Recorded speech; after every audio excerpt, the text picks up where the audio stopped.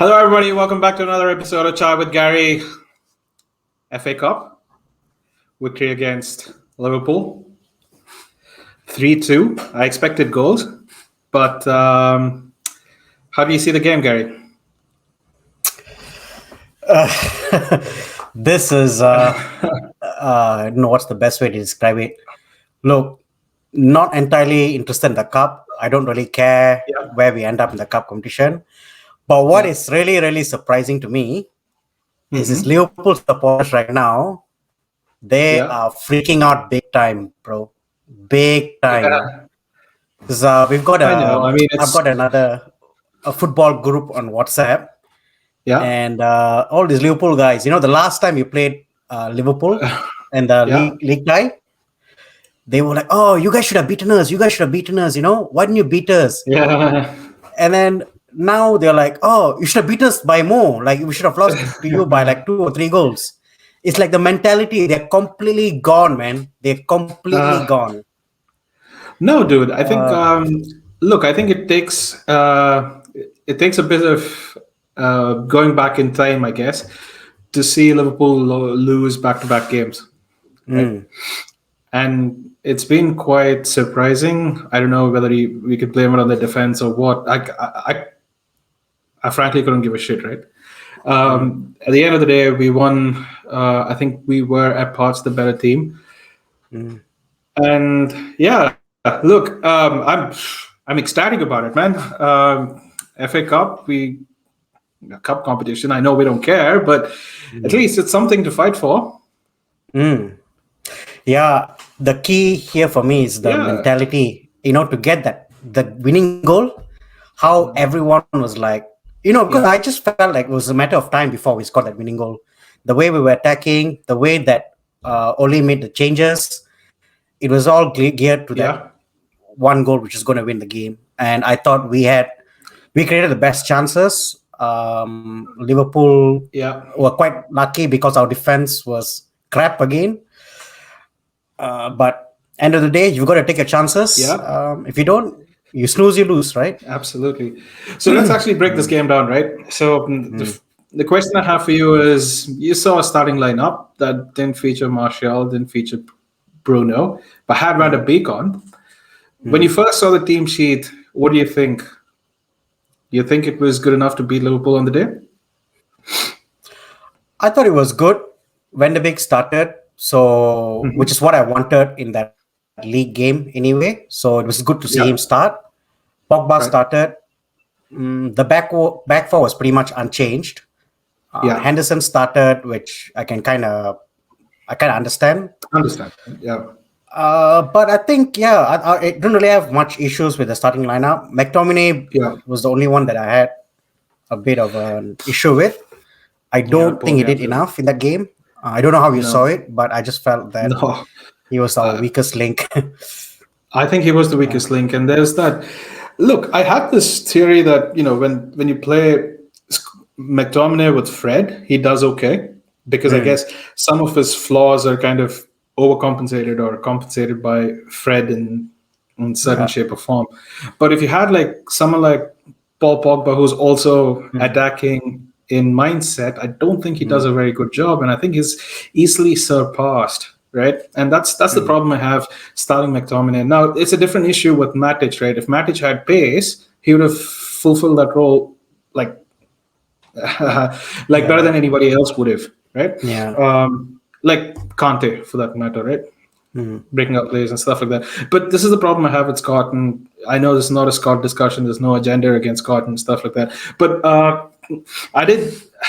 I was surprised to see Van der Beek start, although there was press releases and stuff like that about him starting. But how did you see him play? I think he did the simple things right. I don't think so. Yeah, game. I think he kept it neat and tidy, and that kind of worked for us. And I think the first goal was kind of contributed to him in a way as well, how he won the ball back. And I think he was quite key in that first goal that we scored. He was quite neat and tidy. That's what you expect from Van der Beek. Didn't really give the possession away too cheaply. Kept the ball really well, played some neat 1-2s.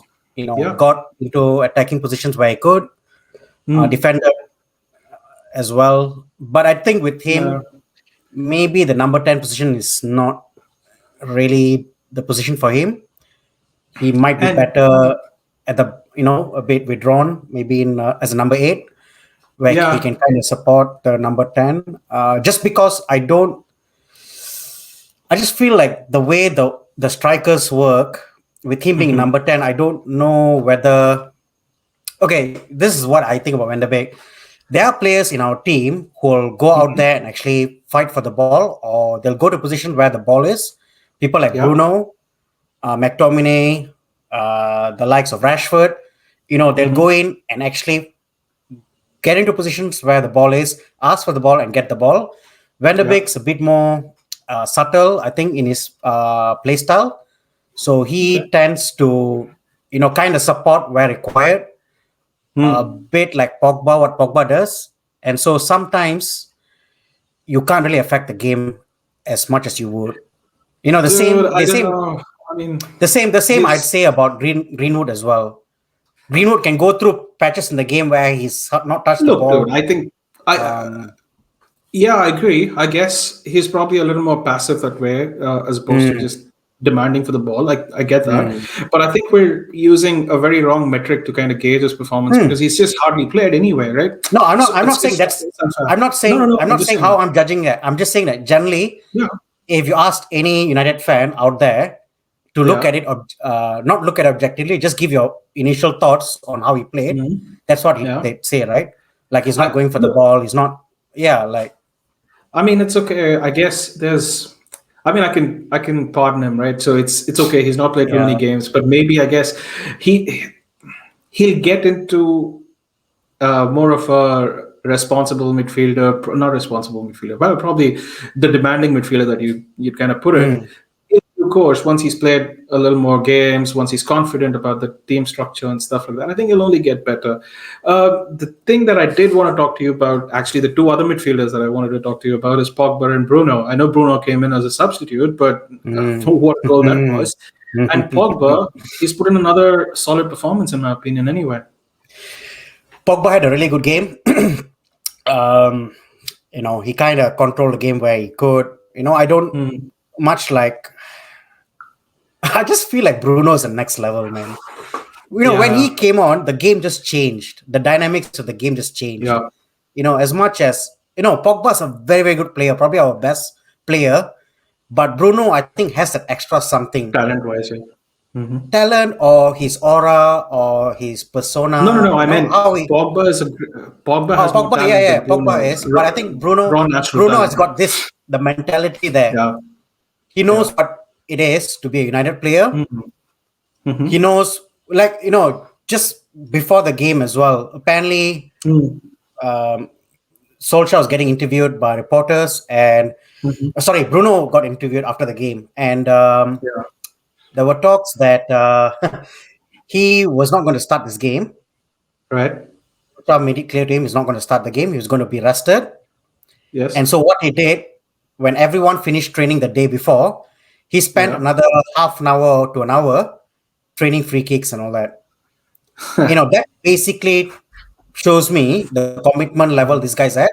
Cristiano Yeah. Ronaldo level of commitment. He wants to be the Yeah. best player. He works really hard for what he wants to achieve. And he's just got Hmm. that, when he comes onto the pitch, the team just plays a lot better, man. He's our talisman. Yeah. We'd be Of course. nowhere without Bruno Fernandes. That free kick that he I. scored, he had no right to score that free kick. Yeah.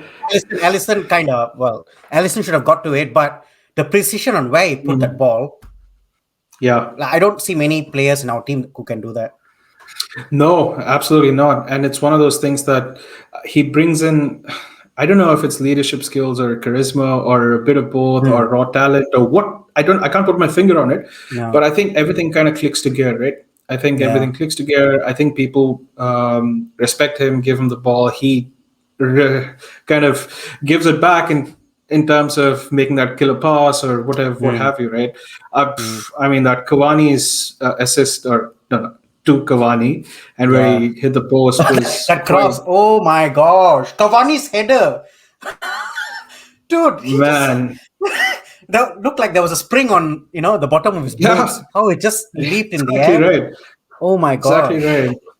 But yeah, I think I have to look. We scored the three goals. I think Rashford and Greenwood kind of assisted one another. Clinical finishes, no doubt in that. I think Liverpool's defense was to blame for the second goal, but who gives a shit, Mm. right? I mean, it should have been cleared, but second or the first goal, one of them anyway. So it Second one, doesn't. yeah. He Second one, miskicked yeah, the second ball. one. He miskicked the ball. That's right. Yeah. And then I don't know if that had Reese. anything to do with the lack of experience and stuff like that. But dude, Yeah. Apparently that guy was we shouldn't from be complaining. Our Division. defense is just Yeah, that guy was from sorry. Division 2 or Division 3 last season. Uh, I guess you would put him in the same league as Dan James, maybe, Yeah, potentially. probably, and Maguire So, and yeah. Hey, Maguire's our captain. He's world class. yeah. But talking of which, let's talk Yeah. about the two goals we did concede. I think before we go there, I think shout out to Luke Shaw. I think he had a fantastic game. I think he did really well. I think he was the best of the He was four the wing only backs, I shining guess. light in our defense. Yeah, and I think normal service resumed when Victor Lindelof and Tweedledee kind of met Tweedledee, in the Tweedledum. center. Yeah, Oh met in my the center of the god. defense. But me, That dude, first goal, that first goal that we conceded, I know Luke Shaw was at fault because he should have tracked Salah, but I just wonder if Baye was there instead of Lindelof, whether we would have even been in that position in the first place. that's very true. Because look, it was all down to communication. Luke Shaw thought Lindelof was going for it. Lindelof thought Luke Shaw was going for it. And basically, Salah just goes past two United players, and then Yeah, is there to chip it past the keeper. So keep on. when you have a commanding centre back that was gonna like really control the back line, Yeah. I don't think you concede that goal. I really don't. No, of course not. I don't think you concede that goal. I don't think you concede the goal if you had a faster centre back. I don't think you'd concede a goal if you had a smarter centre back. I don't think you're conceding that goal. Yeah. To make matters worse, to pile on the fucking pressure, there's a second goal that went through, and oh my god! I think No, we keep Maguire playing looked from the like he had back. rubber legs. Yeah. Yeah, that. Why do we keep Why? doing that? I don't understand. It's the It's like second you've time, got so many when options. You've got left back, you've got a right back, and you yeah. want to play through the center. If you're going to play through the center, punt it high. Yeah. What's And the dude, point? it's the second time with Henderson this season that we're having issues with playing out from the back. And I can't remember the game that led to the goal. I can't remember whether it was a goal. I think it was one of them Bournemouth games. Yeah, I think so. You're right.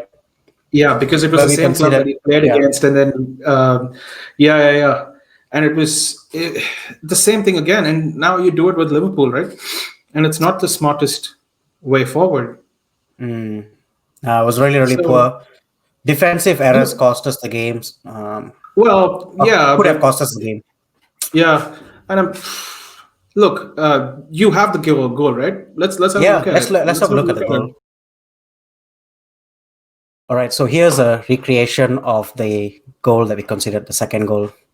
So it's essentially from a goal kick. Henderson's got the ball. He's got options all around him. Wan-Bissaka, Yeah, Shaw, everyone's free, For whatever reason, we pass it to Maguire. Maguire's got the ball. Salah goes in to intercept the ball. Maguire panics, brings the ball back into goal side, panics again, and then punts it long to Cavani.